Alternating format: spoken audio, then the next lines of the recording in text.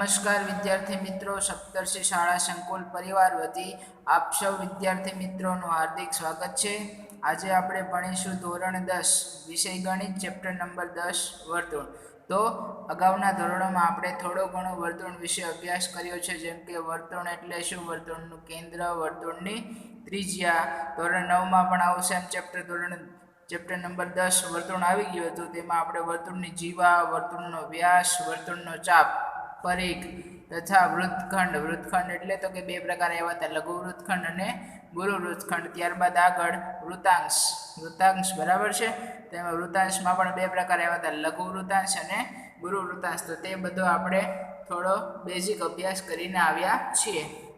તો આજે ફરીવાર આપણે વર્તુળ એટલે શું તે માહિતી મેળવીએ। તો અહીંયા મેં વ્યાખ્યા લખેલી છે કે વર્તુળ એટલે શું, તો કે એક સમતલના એક ચોક્કસ બિંદુ, જેને આપણે કેન્દ્ર કહીએ છીએ, થી અચળ અંતરે ત્રિજ્યા આવેલા બિંદુઓનો સમૂહ એટલે શું, તો કે વર્તુળ બરાબર છે। જો અહીંયા આકૃતિ દોરેલી છે, તેમાં મેં ઓ ને વર્તુળનું કેન્દ્ર કીધેલું છે, ત્યાંથી અચળ અંતર એટલે કે ત્રિજ્યાને મેં સ્મોલ આર વડે દર્શાવેલી છે। આ શું થઈ ગયું, વર્તુળની વ્યાખ્યા। તમને કોઈ પૂછે કે વર્તુળ પર કેટલા બિંદુઓ આવેલા હોય, તો શું કહેવાનું, અસંખ્ય। શું કીધું છે, અસંખ્ય બિંદુઓનો સમૂહ એટલે શું છે, વર્તુળ। તમને ખબર નથી કેટલા બિંદુઓ છે, આમાં કેટલા બિંદુઓ હોય, અસંખ્ય। ત્યારબાદ જો કઈ રીતના દર્શાવાય, તો કે વર્તુળને પહેલા કાઉસમાં શું લખવાનું, કેન્દ્ર, અને ત્યારબાદ ત્રિજ્યા ઓ આર વડે દર્શાવાય છે।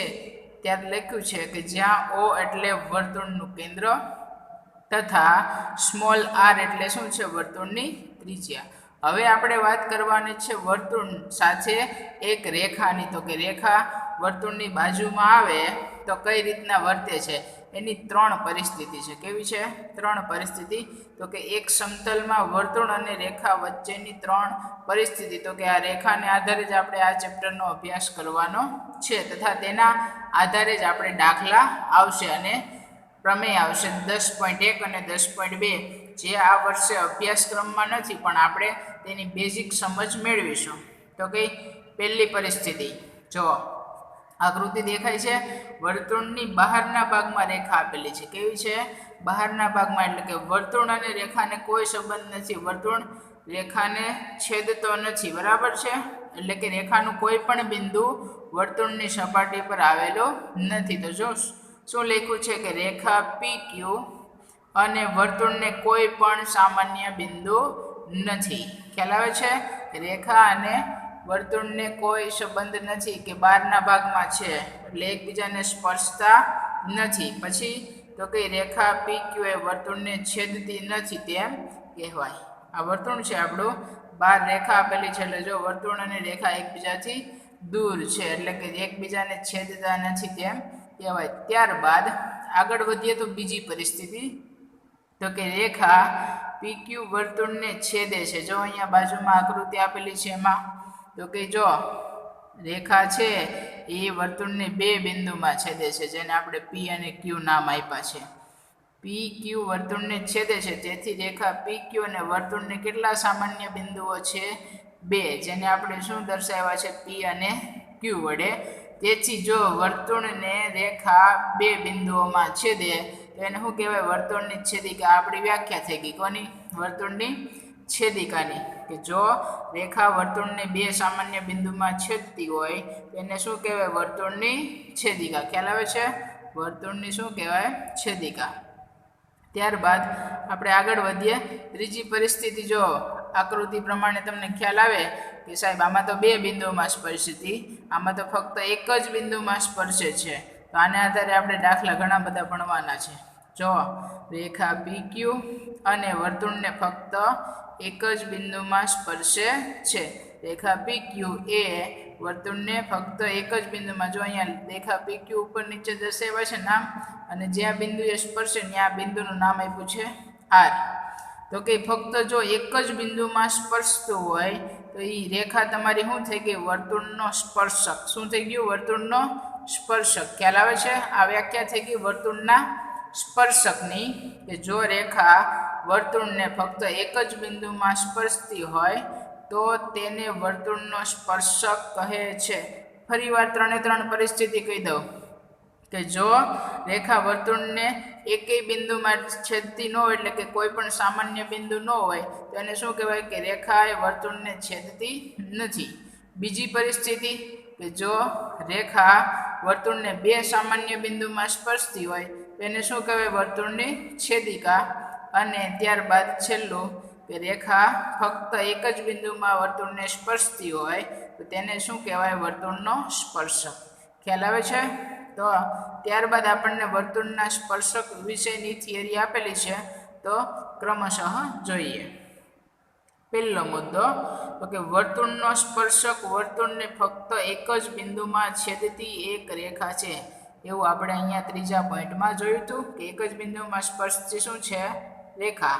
ત્યારબાદ વર્તુળ અને સ્પર્શકના સામાન્ય બિંદુને શું કહેવાય છે સ્પર્શ બિંદુ. અહીંયા જુઓ આકૃતિમાં તો કે જે આર છે, આર બિંદુએ સ્પર્શે છે પીક્યુ રેખા, તો આરને શું કહેવાશે સ્પર્શ બિંદુ. આ તો કેવું થઈ ગયું જે બિંદુમાં સ્પર્શે એને શું કહેવાય એનું સ્પર્શ બિંદુ.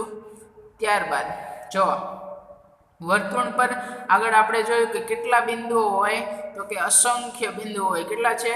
અસંખ્ય બિંદુઓનો સમૂહ એટલે વર્તુળ.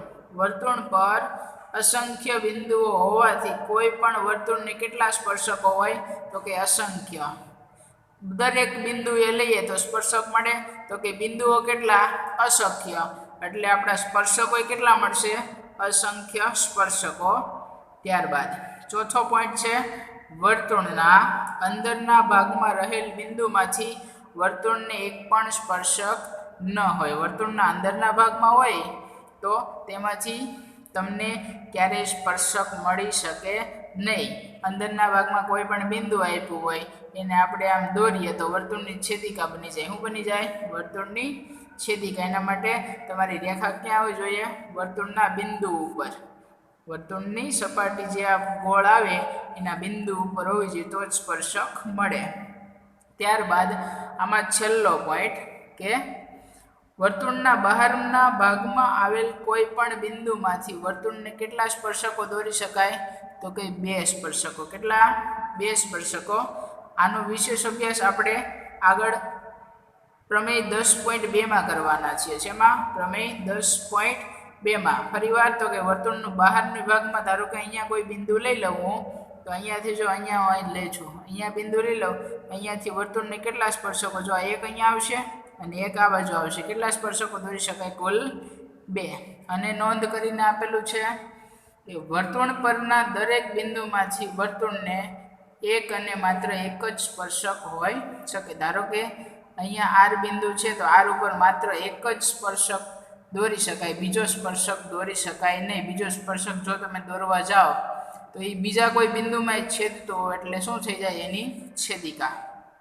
ત્યારબાદ પ્રમેય 10.1 પક્ષ, સાધ્ય અને સાબિતી એવું બધું આપણે ભણવાનું હોય છે, પણ ખરેખર આ વર્ષે સિલેબસમાં નથી. તેથી આપણે એની સમજ મેળવે કે પ્રમેય 10.1 છે શું, તો કે વિધાન આપેલું છે વર્તુળના કોઈ બિંદુએ દોરેલ સ્પર્શક.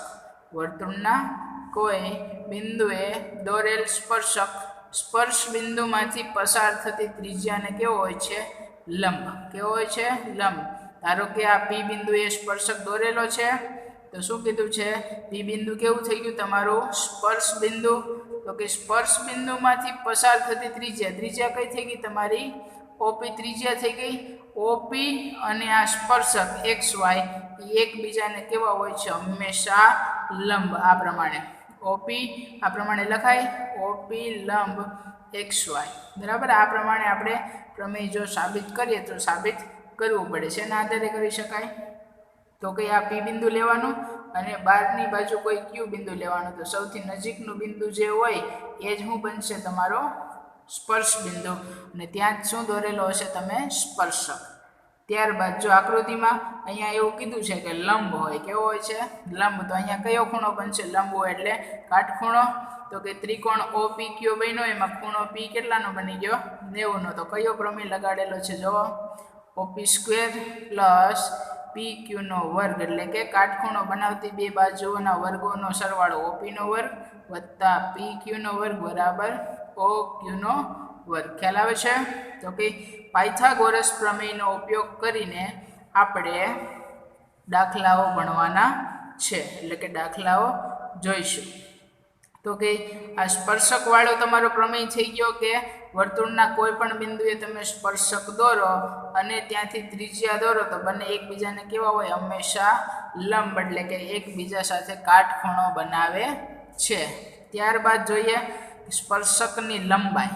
સ્પર્શકની લંબાઈ કે વર્તુળની બહારના બિંદુ P લીધું, કોઈ ધારો કે વર્તુળની બહાર કયું બિંદુ લીધું, P, અને P માંથી દોરેલ સ્પર્શકના વર્તુળ સાથેના સ્પર્શ બિંદુને જોડતા રેખાખંડની લંબાઈને P થી વર્તુળ પરના સ્પર્શકની શું કહેવાય છે, સ્પર્શકની લંબાઈ. ખ્યાલ આવે છે? જો ધારો કે અહીંયા મેં કોઈ વર્તુળની બહારની બાજુ Q બિંદુ લીધું, કયું, તો કે Q બિંદુ છે. તો કે Q માંથી મારે સ્પર્શક દોરવો છે, તો કે વર્તુળનો આ જે સ્પર્શ બિંદુ છે તો PQ જેટલું અંતર થાય એને શું કહેવાય, એની સ્પર્શકની લંબાઈ. જો આપણે Q માંથી જ સ્પર્શક દોરવો હોય તો ફરીવાર તો કે વર્તુળની બહારના બિંદુ P અને P માંથી દોરેલ સ્પર્શકના વર્તુળ સાથેના સ્પર્શ બિંદુને જોડતા જે રેખાખંડની લંબાઈ હોય એને શું કહેવાય છે, વર્તુળના સ્પર્શકની લંબાઈ. ત્યારબાદ આગળ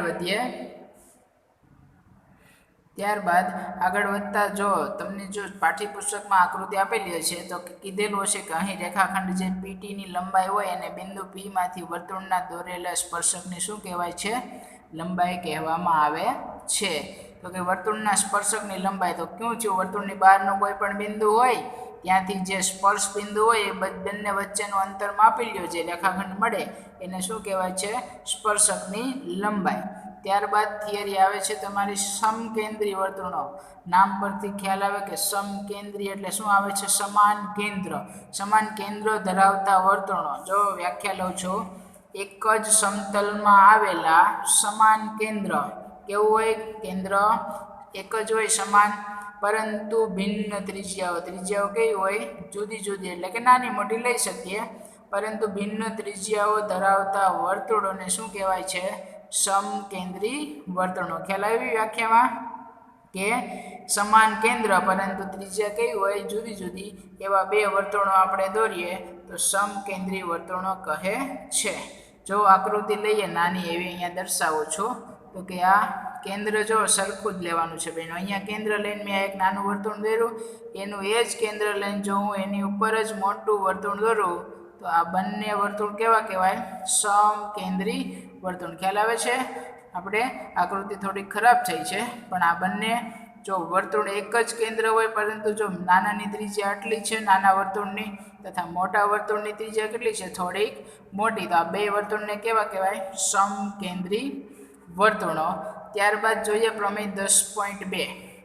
પ્રમેય 10.2. જો પ્રમેય 10.2 એની પહેલા નોંધ આપેલી છે તો કે વર્તુળના વ્યાસના અંત્ય બિંદુએ દોરેલા સ્પર્શકો પરસ્પર કેવા હોય છે, સમાંતર. વર્તુળના વ્યાસ, વર્તુળનો વ્યાસ કોને કહેવાય પહેલા તો આપણે આગળના ધોરણોમાં અભ્યાસ કરેલો છે.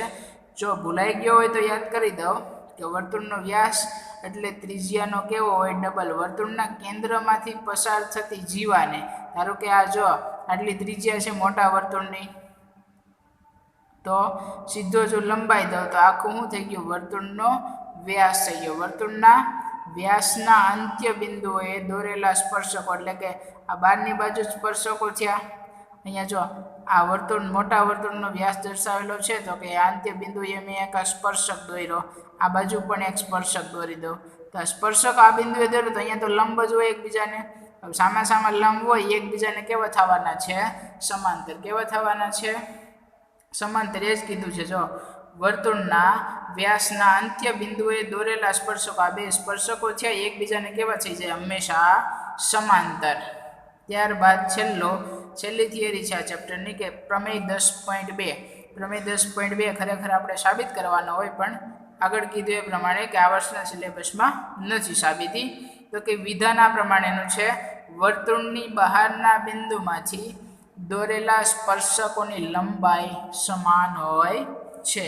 વર્તુળની બહારનું કોઈ પણ બિંદુ લઈ લ્યો, ત્યાંથી વર્તુળને હંમેશા કેટલા સ્પર્શકો દોરી શકાય, તો કે સર 2 સ્પર્શકો. કેટલા? 2.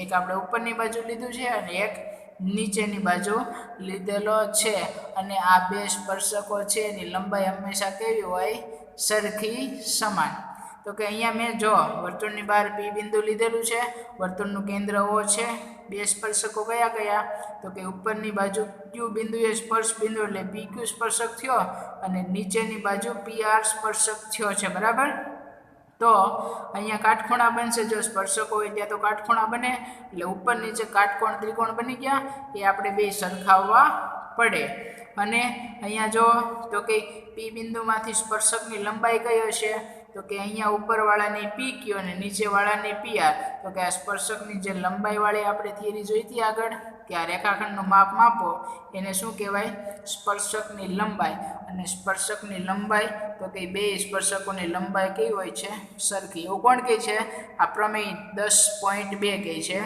કે જેટલો આ બે આપણે દોરેલા છે સ્પર્શકો પી ક્યુ અને પી આર બેની લંબાઈ કેવી હોય છે સરખી તેથી મેં દર્શાવેલું છે પી ક્યુ બરાબર પી આર ખ્યાલ આવે છે વિદ્યાર્થી મિત્રો તો હવે પછી આપણે સ્વાધ્યાય 10.1 નેક્સ્ટ વિડીયો લેક્ચરમાં જોઈશું